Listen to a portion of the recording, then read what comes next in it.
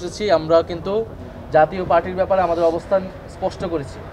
বিশেষত সাম্প্রতিক গণ অধিকার পরিষদের সভাপতি নুরুল হক নুরের উপরে জাতীয় পার্টি নিষিদ্ধের কথা বলার যে হামলাটা হলো সেনাবাহিনী এবং পুলিশ আইনশৃঙ্খলা বাহিনীর দ্বারা, সেটি কিন্তু অনেক উদ্বেগজনক এবং তার বিচারও কিন্তু আমরা এখনও পাই নাই। সেই তদন্তের আসলে কি হলো সেটা আমরা পাই নাই, সেটারও আমরা সেই তদন্ত যাতে প্রকাশ করা হয় এবং তার বিচার নিশ্চিত করা হয়।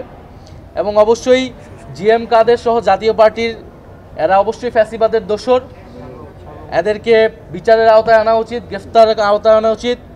আপনারা জানেন আমি ট্রাইব্যুনালেও সাক্ষ্য দিচ্ছি, ট্রাইব্যুনালে কিন্তু এখন ব্যক্তি হিসেবে শেখ হাসিনা সহ কয়েকজনের বিরুদ্ধে ব্যবস্থা নেওয়া হচ্ছে বা মামলা চলমান।